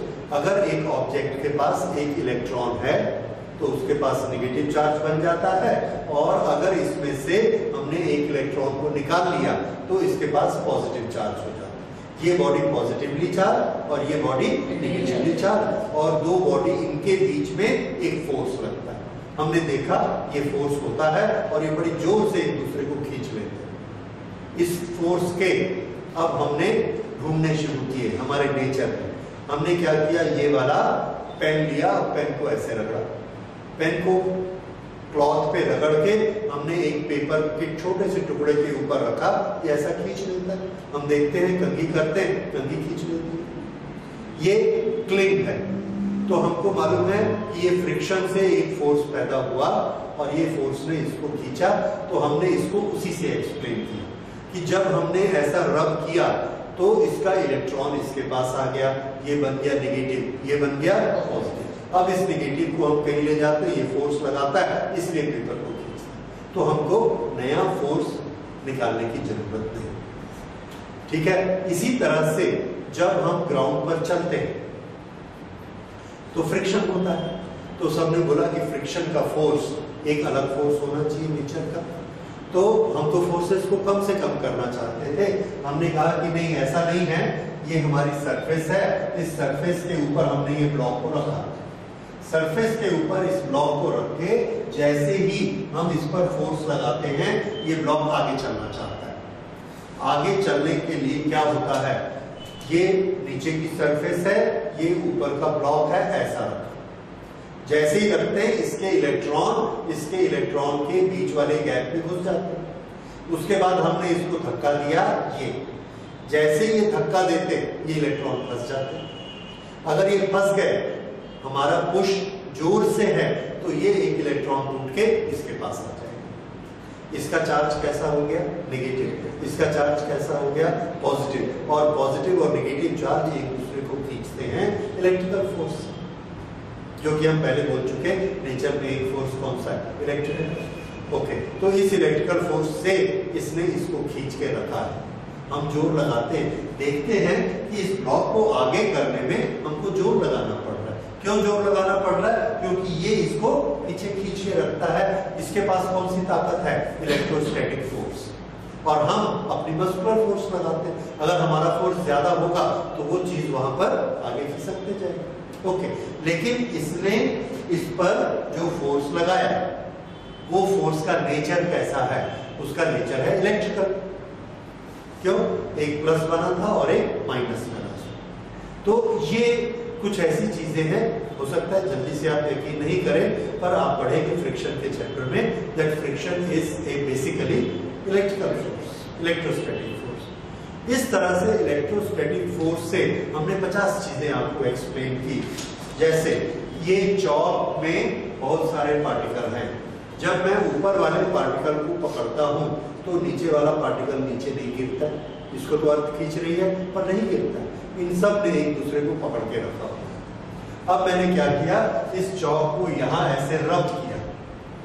इतने सारे पार्टिकल इस चौक को छोड़ के इस बोर्ड के साथ में चिपक गए। तो ये कौन सा फोर्स है? हमको एक्सप्लेन करने को बोला और हमने वही थ्योरी लगाई जो मैंने आपको बताया। ये चौक, ये बोर्ड, ये रखा और ऐसे रब किया। रब करने से क्या होगा? अगर इसका इलेक्ट्रॉन इसके पास आ गया तो इसके पास कौन सा चार्ज? नेगेटिव। इसके पास, और पॉजिटिव नेगेटिव को क्या कहते हैं? अट्रैक्ट। इसने अट्रैक्ट करके रख लिया। इतनी जोर से अट्रैक्ट किया कि उस पार्टिकल ने बाकी चौक को छोड़ दिया, बाकी चौक को छोड़ दिया और वहां चिपका हुआ रह गया, क्योंकि उसने बड़े जोर से अट्रैक्ट किया। हमने ये देखा कि ब्लैक बोर्ड होने से चौक को बड़े अच्छे से अट्रैक्ट करता है। ऐसी भी चीजें होती हैं जो नहीं अट्रैक्ट करती, जैसे पॉलीथीन लगाइए और चौक से लिखिए तो चौक इसके पास जाती है क्या? नहीं जाती। क्यों? क्योंकि इसके इलेक्ट्रॉन को नहीं खींच सकता। लेकिन चौक का बोर्ड पर लिखना, ये कौन सा फोर्स है? Electrostatic force. इस तरह से आप जितनी भी चीजें बताएंगे मैं आपको प्रूफ कर दूंगा कि वो इलेक्ट्रोस्टैटिक फोर्स है। तो इस दुनिया में कितना फोर्स है? एक ही तो फोर्स है, इलेक्ट्रोस्टैटिक, जिससे सारा काम हो रहा है। ठीक? लेकिन कुछ चीजें ऐसी हैं जिसको हम इलेक्ट्रोस्टैटिक से एक्सप्लेन नहीं कर पाते। किस तरह की चीजें हैं? जैसे अर्थ में समुद्र है, या एक बड़ी सिंपल सी चीज, पेड़ से एक एप्पल टूटता है और नीचे गिरता है, इसमें कौन सा फोर्स लगता है? इसको हम इलेक्ट्रोस्टैटिक से नहीं एक्सप्लेन कर पाते, तो हम बोलते भैया एक और तरह का फोर्स है। वो फोर्स कौन सा है? ग्रेविटेशन। फिर एक फोर्स वो है जिससे सूर्य अर्थ को अपनी तरफ खींच कर रखता है। अर्थ ऐसे जा रही है सीधा, लेकिन सन ने इसको खींचा तो ये ऐसा मुड़ गई। फिर ऐसा सीधा जा रही है, सन ने फिर खींचा, फिर मुड़ गई। फिर सीधा जा रही है, सन ने खींचा, फिर मुड़ गई। अल्टीमेटली कैसे चलती है? और लगातार इसको कौन खींच रहा है? सन। इसमें इलेक्ट्रोस्टैटिक के इलेक्ट्रॉन ट्रांसफर नहीं होता। अब हम कहते हैं, फिर से हमने बताया कि ये वाला फोर्स कौन सा? एक मास दूसरे मास को खींच रहा है और उसका नाम हमने रखा ग्रेविटेशन। तो ये ग्रेविटेशन का फोर्स है। अब बहुत सारी चीजें, जैसे हमारे समुद्र में पूर्णिमा के दिन पानी ऊपर उठ जाता है, ज्वार भाटा आता है जिसको टाइड्स आते हैं। टाइड्स में, ज्वार भाटा में सब पूर्णिमा वाले दिन पानी ऊपर उठ जाता है, अमावस्या वाले दिन अपने लेवल पे रहता है नीचे। ऐसा क्यों होता है? जब और कोई रीजन समझ में नहीं आया तो शास्त्रियों ने बताया कि मून का ग्रेविटेशनल फोर्स मैक्सिमम कब लगेगा? पूर्णिमाशी वाले दिन लगेगा। तो पूर्णिमा को उसके ग्रेविटेशनल फोर्स के कारण अर्थ पर फोर्स लगता है। अर्थ सॉलिड होती है तो सॉलिड चीज तो उठ नहीं सकती, पर लिक्विड तो उठ सकता है। तो लिक्विड कोशिश करता है, जब ऐसे उठता है तो चंद्रमा के फोर्स के कारण अगर फोर्स नहीं होता तो लहर यहाँ तक उठती, फिर नीचे जाती, फिर ऐसे उठती, फिर नीचे जाती। अगर चंद्रमा ने एक्स्ट्रा फोर्स लगाया तो जो ये यहाँ तक जा रही है और ऐसा चली जाएगी, क्यों? चंद्रमा खींच रहा है फोर्स। इसलिए लहरें कैसी हो जाती है? ऊंची हो जाती हैं। That is known as tide. तो इसके पीछे कौन सा फोर्स हुआ? ग्रेविटेशन का। इस चीज को हम इलेक्ट्रोस्टैटिक से एक्सप्लेन नहीं कर पाए। इसी तरह से चौक का बोर्ड पर चिपकना ग्रेविटेशन से एक्सप्लेन नहीं कर पाए कि अर्थ नीचे खींच रही है पर ये चौक नीचे नहीं गिरती है, बोर्ड के साथ चिपकी हुई है। अब बोर्ड का मास तो बहुत कम है, अर्थ का मास तो बहुत ज्यादा है, फिर भी अर्थ उसको नहीं खींच पाता। अब इसको हमने किससे एक्सप्लेन किया?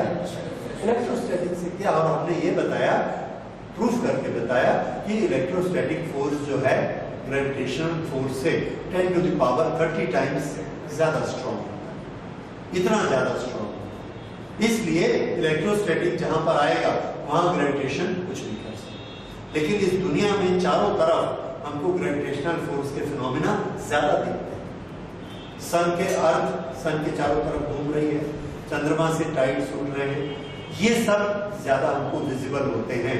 क्यों? क्योंकि उसका रीजन आप इलेक्ट्रिसिटी में पढ़ेंगे। बेसिकली हर चीज न्यूट्रल होती है, इसके पास चार्ज है ही नहीं। अगर इसके पास नेट चार्ज नहीं है तो इस पे इलेक्ट्रोस्टैटिक फोर्स नहीं लगेगा। और ग्रेविटेशन में मास बहुत बड़े बड़े होते हैं। अर्थ का मास बहुत बड़ा है, सन का मास बहुत बड़ा है, इसीलिए पर केजी थोड़ा थोड़ा फोर्स भी लगाएगा तो टोटल मिला के फोर्स बहुत ज्यादा हो जाता है। इसलिए ग्रेविटेशनल फोर्स विजिबल होता है, इलेक्ट्रोस्टैटिक फोर्स विजिबल नहीं होता। तो अब हम ये देख रहे हैं कि दुनिया में जितने फिनोमिना हो रहे हैं, हम हर फिनोमिना को रिड्यूस करके या लाकर उसको क्या बता देते हैं कि भैया ये तो या तो इलेक्ट्रोस्टैटिक फोर्स है या ग्रेविटेशनल। हर चीज को हमने बता दी। तो इस दुनिया में कितनी तरह के फोर्स? दो तरह के, क्योंकि जहां फोर्स लग रहा है उसको हम एक्सप्लेन कर देते हैं इलेक्ट्रोस्टैटिक है या ग्रेविटेशन। तो दो ही फोर्स होते हैं, इलेक्ट्रोस्टैटिक और ग्रेविटेशन। बाद में 1950 के आसपास हमको एटॉमिक स्ट्रक्चर के बारे में पता लगा। छोटा मॉलिक्यूल होता है, मॉलिक्यूल के अंदर और एटम होते हैं, एटम के अंदर और न्यूक्लियस होता है और भी छोटा, और न्यूक्लियस के चारों तरफ इलेक्ट्रॉन होते हैं। उस न्यूक्लियस के अंदर प्रोटॉन होते हैं, न्यूट्रॉन होते हैं। प्रोटॉन के पास पॉजिटिव चार्ज है, दूसरे प्रोटॉन के पास भी पॉजिटिव चार्ज है, तीसरे के पास भी पॉजिटिव चार्ज है। अब इलेक्ट्रिसिटी फिजिक्स वाले बड़े चक्कर में पड़ गए कि पॉजिटिव तो एक दूसरे को रिपेल करते हैं और बहुत जोर से रिपेल करते हैं। फिर ये प्रोटॉन ऐसा भाग क्यों नहीं जाते, एक ही जगह बंधे हुए कैसे हैं? कौन सा फोर्स है जो उनको बांध कर रखता है? मास तो उनमें नहीं के बराबर है, इसलिए ग्रेविटेशनल फोर्स उनके पास नहीं है। इलेक्ट्रोस्टैटिक फोर्स नहीं है क्योंकि एक प्लस और एक माइनस भी नहीं है, सारे प्लस ही प्लस है जो कि एक दूसरे को रिपेल करने चाहिए। तो ऐसा कौन सा फोर्स है जो उनको बांध के रखता है? कोई जवाब नहीं था। तब हमको मजबूरन एक तीसरे फोर्स के बारे में सोचना पड़ा कि जरूर एक तीसरा फोर्स है जिसको अभी तक हम नहीं जानते थे, तो हमने उसका नाम रख दिया। कहां पर काम करता है ये फोर्स? न्यूक्लियस में काम करता है, तो इसका नाम हमने रख दिया न्यूक्लियर फोर्स। Nuclear force. और अपने से हमने कल्पना कर दी कि भैया न्यूक्लियस के अंदर जो दो पार्टिकल होते हैं उनको आपस में चिपकाने वाला एक फोर्स होता है, उसका नाम क्या है? Nuclear force. अब उसको कितना होता है? तो हमने बोला बहुत स्ट्रांग होता है। क्यों? प्लस और प्लस एक दूसरे को दूर फेंक रहे हैं, लेकिन न्यूक्लियर फोर्स के कारण ये दोनों चिपके हुए हैं। तो कौन सा फोर्स ज्यादा स्ट्रांग? न्यूक्लियर। तो हमने लिख लिया, हमने कल्पना की, हमने बनाया, हमने देखा नहीं, पर इस चीज को सोचकर हमने डिजाइन क्या कर दिया, that nuclear force are 10 times stronger than electrostatic force. अब डिसाइड हो गया सबसे ज्यादा स्ट्रॉन्ग फोर्स कौन सा? न्यूक्लियर। उससे कम इलेक्ट्रोस्टैटिक, उससे कम ये तीन फोर्स हो गए। बाद में जब न्यूक्लियस के बारे में और सारे एक्सपेरिमेंट हुए और बहुत सारी चीजें हम समझते गए, तो हमने देखा कि न्यूक्लियस से कुछ पार्टिकल्स निकलते हैं। जब रेडियो एक्टिविटी होती है, उन पार्टिकल्स के बीच में भी आपस में एक फोर्स होता है। वो न्यूक्लियर फोर्स जितना स्ट्रॉन्ग नहीं होता, पर होता है, काफी स्ट्रॉन्ग होता है। तो वो भी न्यूक्लियर के नेचर का ही होता है। तो उसको हमने उसकी प्रॉपर्टीज वगैरह भी स्टडी की और हमने देखा ना वो ग्रेविटेशनल फोर्स है, ना वो इलेक्ट्रोस्टैटिक फोर्स है, और वो न्यूक्लियर फोर्स जितना स्ट्रॉन्ग फोर्स भी नहीं। बाहर आके भी वो लग रहा है दोनों पार्टिकल्स पे, तो उसका नाम भी हमने रखा न्यूक्लियर फोर्स, क्योंकि वो न्यूक्लियर के मेंबर के बीच में लगता था, लेकिन वो वीक होता था, तो उसका नाम रखा वीक न्यूक्लियर फोर्स। तो हमारे फोर्सेस दो कैटेगरी के हो गए, एक वो जो आंख से दिखते हैं, दूसरा वो जो आंख से नहीं दिखते। आंख से नहीं दिखते वो कौन से? जो न्यूक्लियस के अंदर काम करते हैं। Those are strong nuclear and weak nuclear forces. लेकिन इस दुनिया में जो दो फोर्स दिखते हैं वो कौन है? इलेक्ट्रोस्टैटिक और ग्रेविटेशन। टोटल कितने फोर्स हो गए? So there are 4 basic forces in our nature. One is gravitational. अब हम एक एक को स्टडी कर सकते हैं। ग्रेविटेशनल फोर्स, तो ग्रेविटेशनल फोर्स का कॉज क्या है, किसके कारण होता है? आंसर है ग्रेविटेशनल फोर्स मास के कारण होता है। किसके कारण होता है? मास। अच्छा, नंबर 1। दूसरा, ग्रेविटेशनल फोर्स का नेचर क्या होता है? वेदर इट इज अट्रैक्टिव और repulsive. It is only attractive. अच्छा, कंपेयर करते जाते हैं, दोनों स्टडी हो जाएगा। इलेक्ट्रोस्टैटिक फोर्स का कॉज क्या होता है? आंसर है इलेक्ट्रिक चार्ज। इलेक्ट्रोस्टैटिक फोर्स का नेचर कैसा होता है? Attractive as well as repulsive. और ग्रेविटेशन का ओनली अट्रैक्टिव। इसके बाद gravitational force and electrostatic force both are long distance force. Long distance मतलब हजारों मील तक ये अपना इफेक्ट रखते हैं। जैसे सन अर्थ पर फोर्स लगाता है, लेकिन सन से अर्थ का डिस्टेंस लाखों मील दूर है, फिर भी वो फोर्स लगा लेता है। वैसे ही इलेक्ट्रिसिटी के जो चार्जेस होते हैं उसके फोर्स की लिमिट बहुत दूर तक होती है, so we call them long distance force. Nucleus के अंदर एक प्रोटॉन दूसरे प्रोटॉन पर फोर्स लगाता है। अगर इन दोनों के बीच में एक न्यूट्रॉन आ गया तो प्रोटॉन प्रोटॉन का डिस्टेंस बढ़ गया, फोर्स लगाना ही बंद कर देते। क्यों? क्योंकि उसकी लिमिट उतनी है कि वो 10⁻⁻15 मीटर तक काम करता है। अगर उससे ज्यादा डिस्टेंस हुआ तो काम नहीं करता। ऐसे को क्या बोलेंगे? Short distance forces.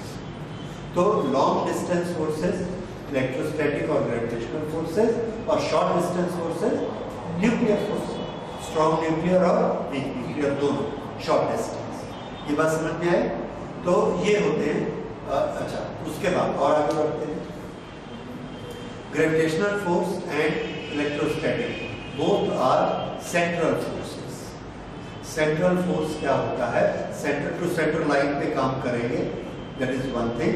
दूसरा, इस फोर्स का जो इफेक्ट होता है, आगे जाके हम वर्क पावर एनर्जी में पढ़ेंगे कि जब ग्रेविटेशनल फोर्स के अगेंस्ट हम वर्क करते हैं तो एक पॉइंट से दूसरे पॉइंट तक हमने जाना है, छत तक जाना है, हमको कुछ वर्क करना पड़ता है।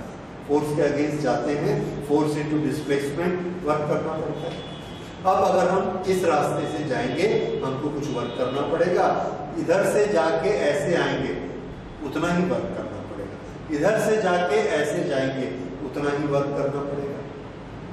ये प्रॉपर्टी ग्रेविटेशनल फोर्स में होती है, इलेक्ट्रोस्टैटिक फोर्स में होती है, फ्रिक्शन के फोर्स में नहीं होती है, मैग्नेट के फोर्स में नहीं होती है। तो ये जो दोनों फोर्स हैं, ग्रेविटेशनल फोर्स और इलेक्ट्रोस्टैटिक फोर्स, ये दोनों कहलाते हैं कंजर्वेटिव फोर्स और central force.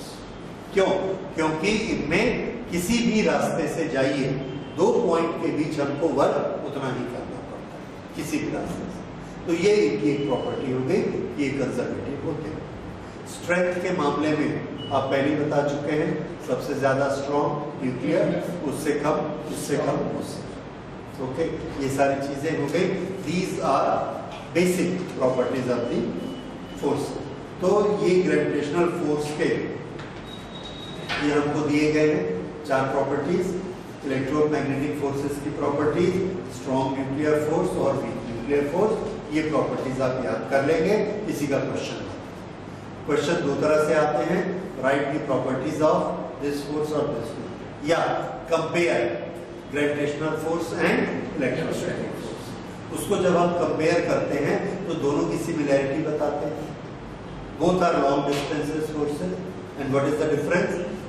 Gravitational is only attractive while electrostatic is repulsive as well as attractive. दोनों इस तरह से सिमिलैरिटीज या डिसिमिलैरिटी ये दोनों इसमें बताए जा सकते हैं। बहुत ब्रीफ में ही आपको बताना है, क्योंकि ये कभी भी 1 मार्क या 2 मार्क से ज्यादा का नहीं आता। 2 मार्क आता है तो 4 सेंटेंस ही आपको लिखने, उससे ज्यादा नहीं। ठीक है, इसीलिए इतना ही नॉलेज चाहिए जितना मैं नोट्स में लिख के आपको दे रहा हूँ, और ज्यादा नहीं। तो ये है basic forces in the nature. अब इसके बाद फिजिक्स की अगली चीज हम देखते हैं। फिजिक्स की जो हम स्टडी करते हैं वो किसकी स्टडी है? आंसर है नेचर की स्टडी। फिजिक्स की स्टडी मीन्स किसकी? फिजिक्स में हम क्या स्टडी करते हैं? नेचर, अपने चारों तरफ का। ठीक है, तो ये समझिए फिजिक्स कोई ऐसा टेक्निकल या कोई ऐसी चीज नहीं है जो आउट ऑफ द वर्ल्ड है, ऐसा नहीं है। हमारे आसपास जो कुछ भी हो रहा है उसको हम नेचर कहते हैं, और वो सब कुछ जो हो रहा है उसके नियमों को हम समझने की कोशिश करते हैं। वही जो हमारे नेचर के नियम है, इसी को क्या कहते हैं? Physics. So the natural laws are defined in physics. अच्छा, फिजिक्स में कुछ ऐसे लॉज होते हैं जो फंडामेंटल लॉज कहलाते हैं, बेसिक लॉज कहलाते हैं, और वो हमने पढ़ा, और उसके बारे में हम ये बता सकते हैं कि हमारे नेचर में जितनी प्रोसेसेस हो रही हैं, जितने फिनोमिना हो रहे हैं, उसके पीछे कुछ फंडामेंटल लॉज हैं। उन लॉज को अगर हम समझ लें तो हम किसी भी चीज को एक्सप्लेन कर सकते हैं कि दुनिया में ऐसा क्यों होता है। उस लॉ के कारण कुछ फंडामेंटल लॉज हैं। वो लॉज कभी भी झूठ नहीं होते। अगर कोई ऐसी चीज हो रही है जो उस लॉज के मुताबिक नहीं है तो वो चीज नहीं हो सकती। ठीक है, जैसे अगर हम किसी ऑब्जेक्ट को एनर्जी नहीं दें और उसको वर्क करने को बोलें तो वो वर्क नहीं कर सकते। This is work energy theorem. जब तक आप एनर्जी नहीं देंगे तब तक वो वर्क नहीं कर सकती। जब तक आप कार में पेट्रोल नहीं डालेंगे नहीं चलेगी। बड़ी सिंपल। धक्का मार के चलाइए, चलेगी। क्यों? हम अपनी एनर्जी दिए, लेकिन एनर्जी तो देनी पड़ेगी, उसके बिना वर्क नहीं। तो ये बड़ा बेसिक नियम है और फिजिक्स के सब नियम ऐसे ही बेसिक नियम। क्योंकि जब मैं आपको कोई नियम बताऊंगा, कोई चीज बताऊंगा, तो आप बोलेंगे इसमें नया क्या है, ये तो हम जानते हैं। और वाकई फिजिक्स को आप पूरा जानते हैं, सिर्फ उसको तरीके से लिखने की जरूरत है। हर चीज को आप बोलेंगे ये तो बहुत सिंपल है। ये फिजिक्स पढ़ने का असली मेथड है। तो अब हम फंडामेंटल लॉज की तरफ आते हैं। ओके, पहले कुछ लॉज हमको मिलेंगे which are known as, what we are studying now is fundamental laws.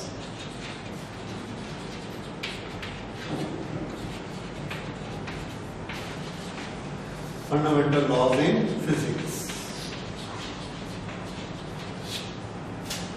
पहला लॉ हम इसमें पढ़ते हैं वो है कंजर्वेशन लॉज।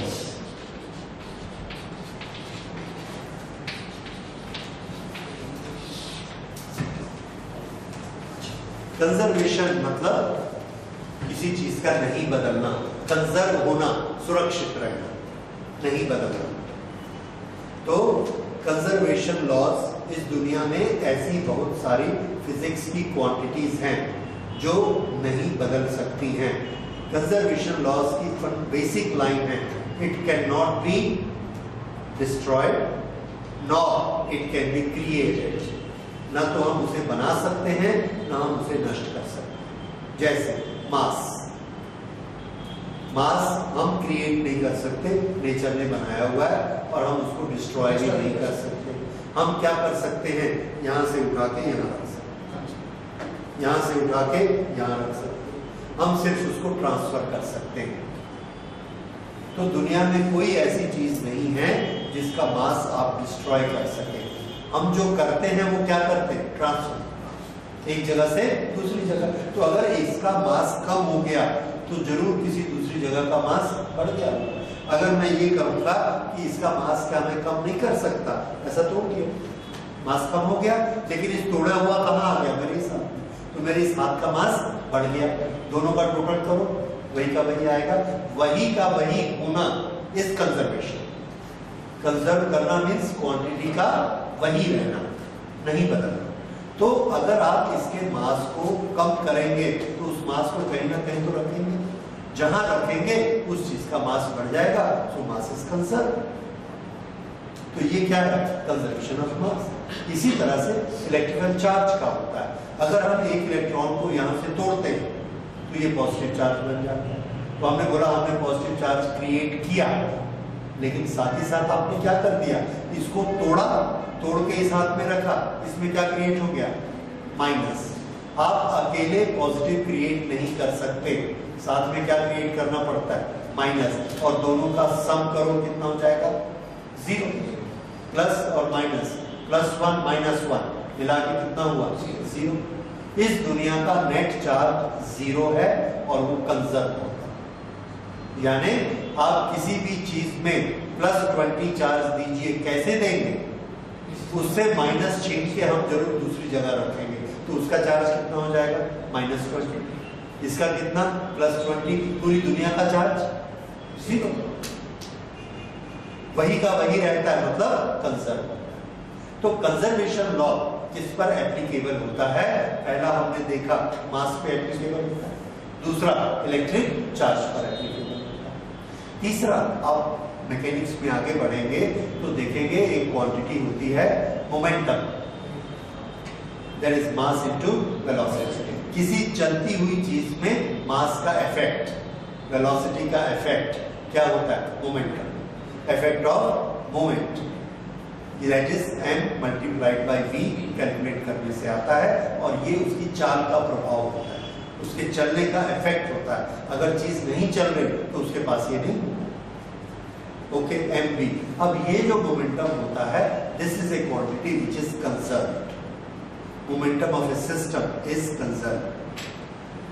अगर एक तोप के अंदर एक गोला रखा हुआ है और दोनों नहीं चल रहे हैं तो दोनों का मोमेंटम 0 है। जब हम गोले को दागते हैं, गोला ऐसे आगे जाएगा, गोला आगे जाएगा, उसके पास कुछ मोमेंटम आ जाएगा। वो मोमेंटम हमने कैलकुलेट किया 20, और इस डायरेक्शन को हमने बोला प्लस, तो इसके पास कितना मोमेंटम आ गया? +20। तो हम तोप को देखते हैं, तोप ऐसा पीछे हटती है, इसके पास मोमेंटम कैलकुलेट किया मास इनटू वेलोसिटी -1, और दोनों को ऐड किया तो 0। क्यों? क्योंकि पहले भी कितना था? 0। तो वही का वही है, कंजर्व होगा। क्या चीज कंजर्व हुई? मोमेंटम। ठीक है। और सुनिए, एक तोप का गोला ऐसे हवा में जा रहा है, उसकी मास इनटू वेलोसिटी हमने कैलकुलेट किया 100। जाते जाते रास्ते में फट गया। जैसे ही फट गया, कुछ गोले इधर गए, एक पत्थर उसका निकल के इधर गया, कुछ इधर गया, कुछ इधर गया, और कुछ वही का वही रह गया। 5 टुकड़े हो गए।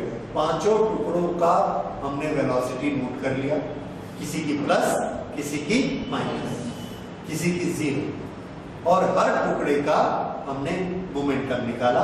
पहले का m1v1, दूसरे का m2v2, m3v3, m4v4, m5v5, और सबको जोड़ दिया, सबको ऐड किया, तो फिर से हमने देखा 100 आया। क्योंकि पहले जब वो उड़ के जा रहा था कितना था?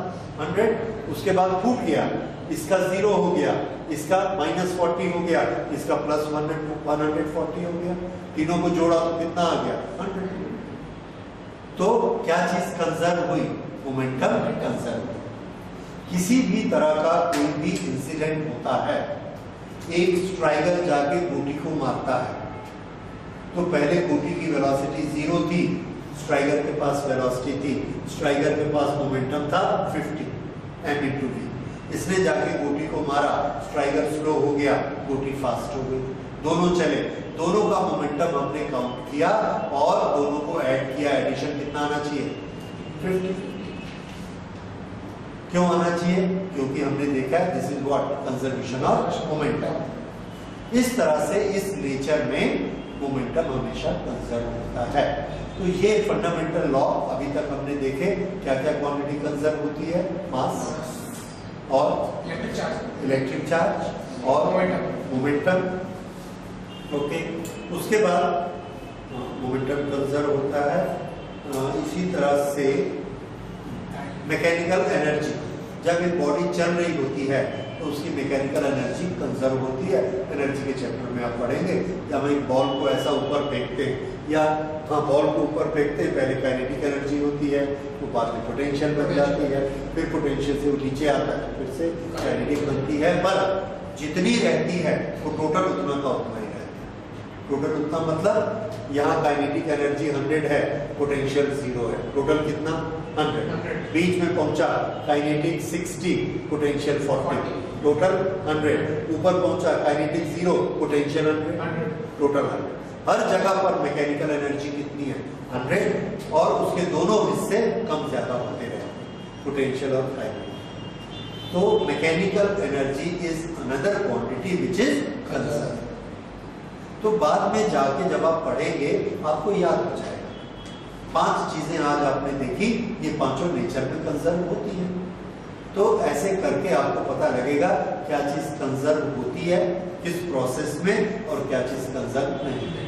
पर ये कंजर्वेशन लॉस को लगाकर हम लोग फिजिक्स के फिनोमेना को समझते हैं और उसको अच्छे से एक्सप्लेन करते हैं। इसलिए ये एक फंडामेंटल जरूरत है फिजिक्स की, कंजर्वेशन लॉस। तो ये नेचर जो चलता है किस लॉस के कारण चलता है? कंजर्वेशन लॉस के कारण चलता है। तो उसके बाद इसमें एक चीज और नहीं लिखी है मैंने, वो ये है कि एक बहुत जरूरी लॉ है, मुझे पता नहीं कैसे छूट गया, मैं भी डिक्टेट करा दूंगा आपको। कि इस दुनिया में वो वाली प्रोसेस होती है जिस प्रोसेस के फलस्वरूप, जिसके रिजल्ट में किसी सिस्टम की एनर्जी कम हो जाए। एनर्जी कैसी हो जाए? कम। जैसे हमने आपसे कहा कि यहां से स्कूल जाना है, दौड़ के जाओगे कि चल के जाओगे? दौड़ने में आपकी एनर्जी ज्यादा लगती है, चलने में कम लगती है। क्या चॉइस करोगे? चल के जाएंगे, क्योंकि हम क्या चाहते हैं? एनर्जी कम लगे। आपको चॉइस दी गई कि चल के जाओगे कि बस में बैठ के जाओगे? बैठ के जाएंगे, क्योंकि बैठने में एनर्जी कम लगती है। ठीक है, आप घर आए, माँ ने कहा आराम करो, बैठ के आराम करोगे कि लेट के? लेट के, क्योंकि उसमें एनर्जी और कम लगती है। ये हम अपना, अच्छा, ये जो नेचर है ना, ये खाली हमारा नहीं है, दुनिया में हर चीज का है। अगर हमको घर किराए पे लेना है, एक जैसी फैसिलिटी वाले 4 घर मिलते हैं, एक का किराया 300, एक का किराया 100, किसमें जाएंगे? 100 वाले। फैसिलिटी बराबर है, उसमें हमारी एनर्जी कम लगती है। पैसा एनर्जी से कमाते हैं, हमारी एनर्जी कम लगती है। तो दुनिया का नियम क्या है? दुनिया में वो चीज होगी जिसमें एनर्जी कम लगती है, वो चीज नहीं होगी जिसमें एनर्जी ज्यादा लगती है। ये ना हमको बहुत बहुत स्ट्रेंज क्वेश्चंस का आंसर देता है, ये वाला लॉ इतना सिंपल है। और इसके क्वेश्चंस आईआईटी तक आपको आएंगे।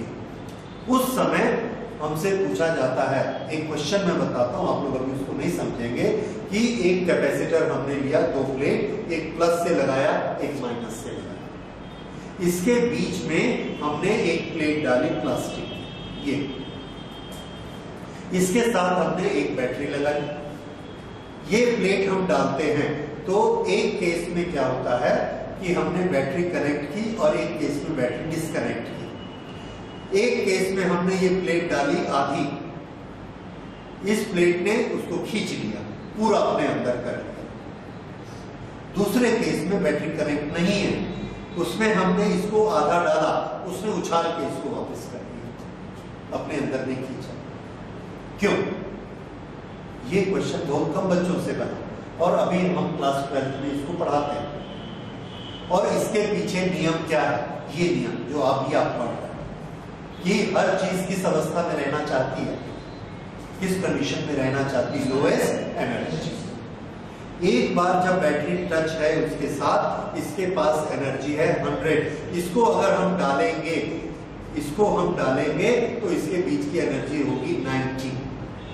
तो ये 100 पे रहना पसंद करेगा कि 90 पे? 90 कब होता है? जब ये अंदर है कि बाहर? तो इसका इंटरेस्ट क्या है कि अंदर आए कि बाहर? इसलिए खींच। दूसरे केस में बैटरी कनेक्ट नहीं है, इसके पास एनर्जी है 90 और ये अंदर जाएगा तो एनर्जी उसको लगानी पड़ेगी 100। तो वो इसको आने देगा क्या? नहीं आने देगा, इसकी बात नहीं।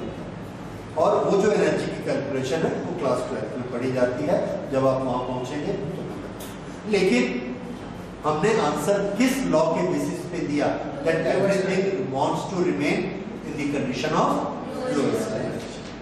फिर से सुनिए, एक सॉल्यूशन है, उस सॉल्यूशन में जिंक है, आयन, सल्फेट के आयन है और हाइड्रोजन के आयन।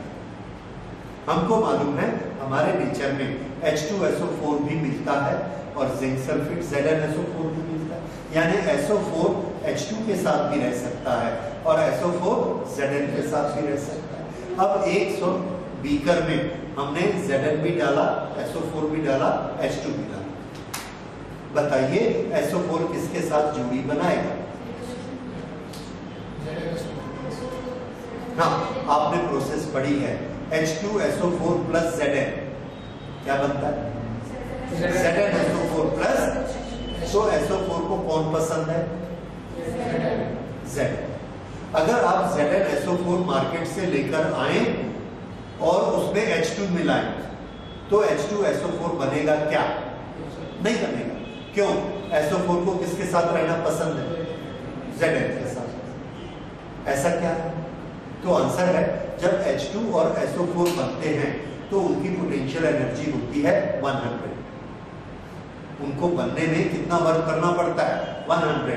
जब जिंक और सल्फेट आपस में मिलते हैं तो उनको एनर्जी लगती है 70। तो नेचर क्या पसंद करेगा? कितना खर्चा करना? कम खर्चा करना 70। तो वो क्या बनाता है? ZN। इसलिए जैसी चॉइस मिलती है SO4 को, अगर SO4 को चॉइस मिली कि H2 के साथ जाना है कि Zn के साथ जाना है, तो वो किसमें जाएगा? इसलिए H2SO4 plus Zn is equal to ZnSO4 plus H2 होता है, और ZnSO4 plus H2 is equal to H2SO4 नहीं होता है। तो केमिकल रिएक्शन की डायरेक्शन कौन सा लॉ डिसाइड कर रहा है? ये वाला लॉ। क्या? कि हर प्रोसेस लोएस्ट एनर्जी की तरफ जाती है। पानी ऊपर होता है MgH से, उसकी एनर्जी ज्यादा, नीचे आता है तो MgH कम हो गया, एनर्जी कम, तो पानी किधर से किधर जाएगा? ऊपर से नीचे। क्यों?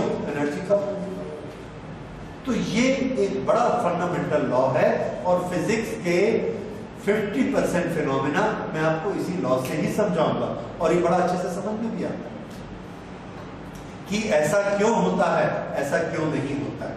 आप रेडियो में, टीवी में जितने भी क्विज शो देखेंगे, आधे के आंसर आपको इसी से मिलेंगे कि हमारे नेचर में ऐसा क्यों होता है, ऐसा क्यों नहीं होता, कि SO4 जिंक के साथ ही क्यों कंपाउंडिंग करता है, H2 के साथ क्यों नहीं करता।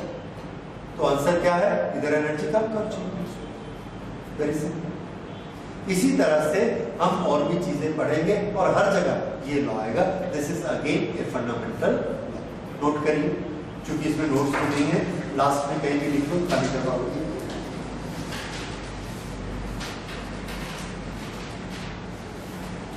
A process in our nature, a process in our nature takes such a direction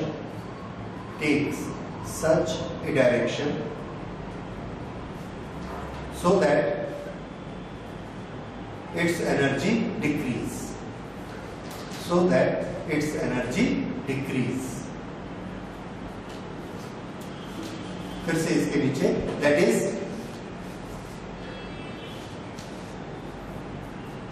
a process goes from higher energy to lower energy. The process goes from higher energy to lower energy.